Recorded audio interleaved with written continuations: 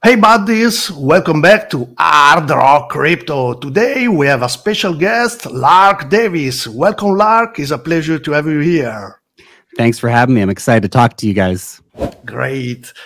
I want to start to ask you something about you. When you discovered crypto first time and was your first buy?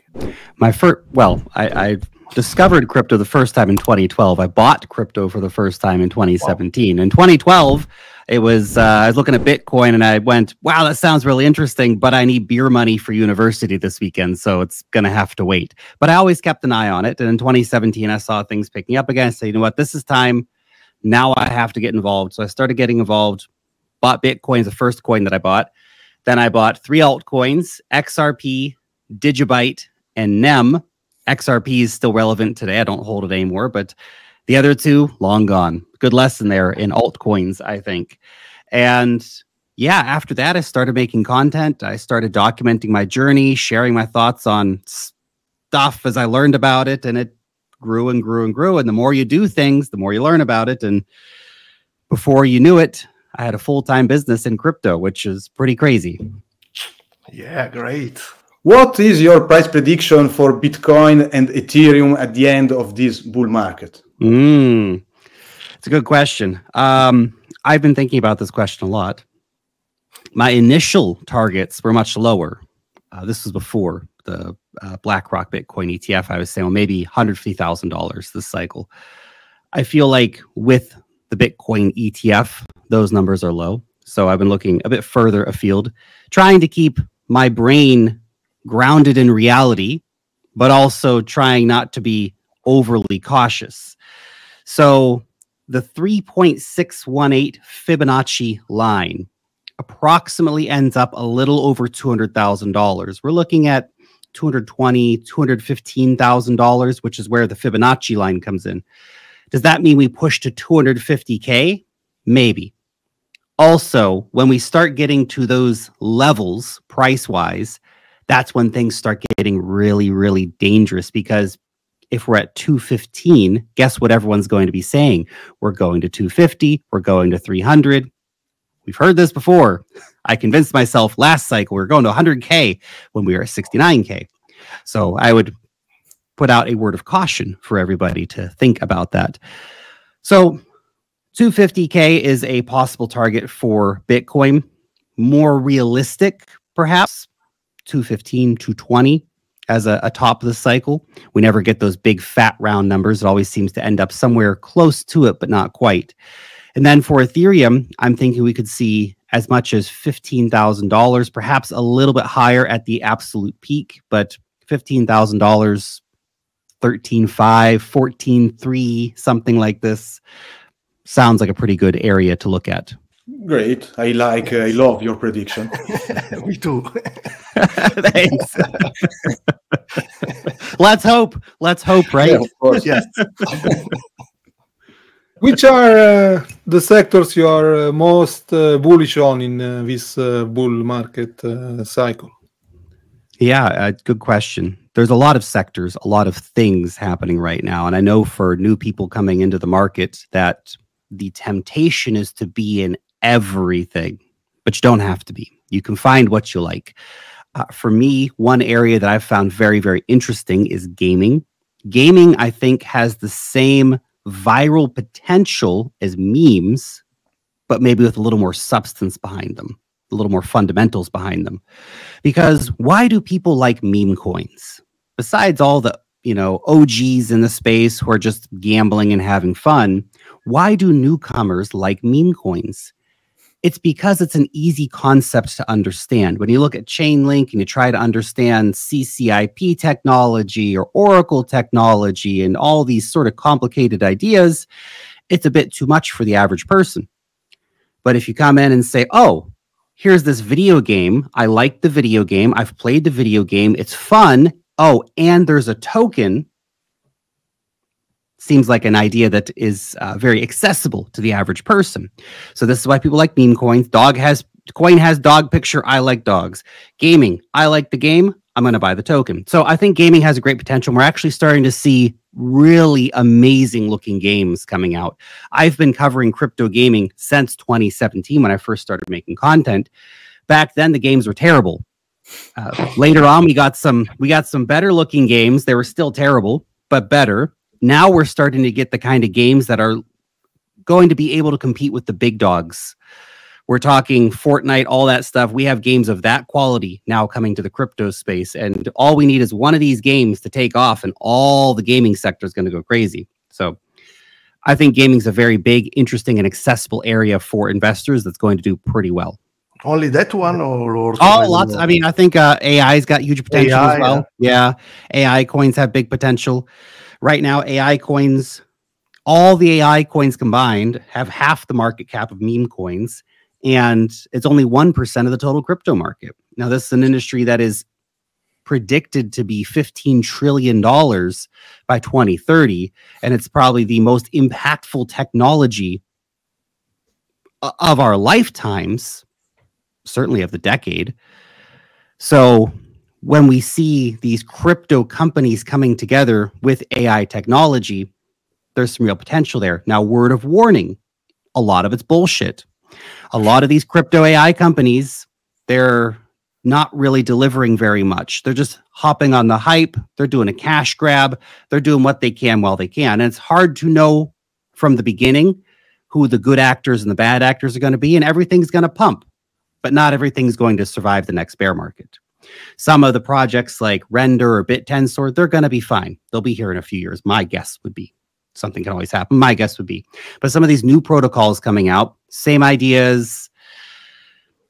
Some of them are not going to last. Some of them don't even have very much substance to them. So be careful when you're investing in the AI. Well, all crypto, of course. This is definitely for all crypto. But anytime we see a new big hype mechanism in crypto, you'll see companies move towards it. And I've seen companies over the years that have gone from being a DeFi company to a metaverse company, to an NFT company, and now they're AI companies. They had no vision. They're just hopping on whatever the latest trend is. So word of warning, but I think AI is going to be absolutely massive in crypto because we see the need for stuff like Gemini's, Google's Gemini, that one of that AI program where you put in the prompt and it say, hey, make me a picture of George Washington. And it's like a black woman. And it's like, it's craziness. We need decentralized AI models. Actually, centralized AI is a problem. Centralized AI is dangerous because we're relying on the tech overlords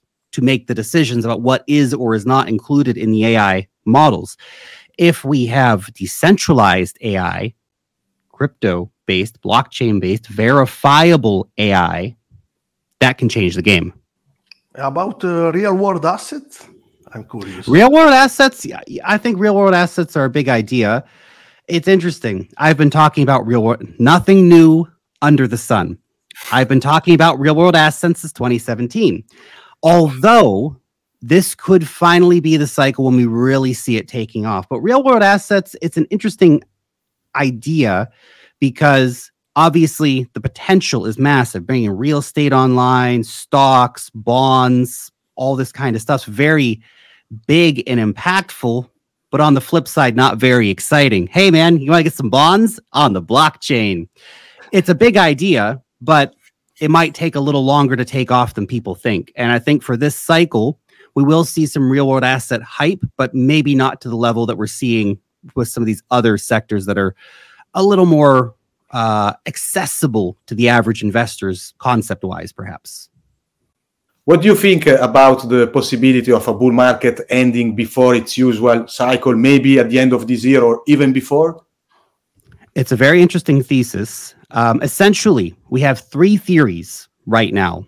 We have the accelerated theory that we're going to end much earlier. The top came too early. The market structure is broken as we would normally understand it, and that we're going to top maybe in late 2024, maybe even earlier. The second theory is that no, actually, this is just a 4-year cycle, and we're getting highs a little bit earlier, but we're still going to see the same approximate market cycle play through because crypto largely follows liquidity cycles and all that kind of stuff. And we're probably going to go into 2025 before things start breaking again. The other theory, of course, is the super cycle theory, that this is going to be a mega cycle and we're not going to top until late 2026 or even in 2027 sometime.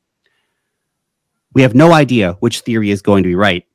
What we can, though, see as investors as we're going through this space, instead of looking at what's in the crystal ball, what can maybe happen in a year or 2 years, is to always focus on your portfolio and market conditions. Because at the end of the day, what you do with your portfolio is what's going to matter. It doesn't matter if we do hit that perfect peak top in November 24 or November 25.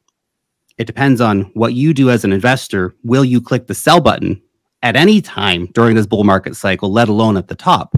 A lot of people get stuck into this false idea that they need to sell the top. And I'll give you the example here. Back in 2021, Bitcoin got to $69,044 or something. Guess how many people sold? Probably one guy. Just one guy sold at the top. Think about that. It wasn't millions of people selling at the top. No. If you want to perfectly time the top, the odds are against you. You're not going to do it. So look for market conditions and try to get the best out of your portfolio, not perfect out of your portfolio. So look for all the kind of top signals that we usually associate with market cycles. So Coinbase app in the top 5, crypto.com and Binance top 10 apps downloaded. Top downloaded apps, not top finance apps, top apps of all apps downloaded. We look for other stuff, major social sentiment, huge euphoria on the timeline. So if we see, for example, people who are posting Rolexes, not influencers always have money, but regular people who are posting, I just bought a new Mercedes, I just bought a new Rolex. Danger. Jimmy Fallon or any other late night TV hosts buying $1 million TV or showing you how to buy XRP or something like that. Danger. Okay? Danger zone. This kind of stuff. Time Magazine, crypto new paradigm of money on the cover. Danger zone. On-chain indicators. Pi cycle top indicator flashing a sell signal. Or the MVRVZ. I think that's it. You'll see it. It's one of the indicators. It's a five-letter indicator. It's approximately that. But when that gets to a peak level, time to get out of the market again. So there's all these different things that we can see. And maybe there's going to be some huge news event like Russia announces it's putting 5% of its central bank assets into Bitcoin or something like that. And don't have to like Russia to realize that would be a big news story if it happened. So these kinds of things are going to be more important to watch for than sort of getting yourself dedicated to one theory, because that's dangerous. Getting yourself hooked on a theory will stop you from thinking clearly about what you actually see in front of you in the market. Remember, guys, follow Lark Davis. You will find on the description his channel. Thank you, Lark. It was a pleasure to have you here. Thank you. Thank you so much for having me on. It's been a great conversation. Thanks to you. See you next time. Always here on Hard Rock Crypto. Bye all. Yeah. Yeah. Ah!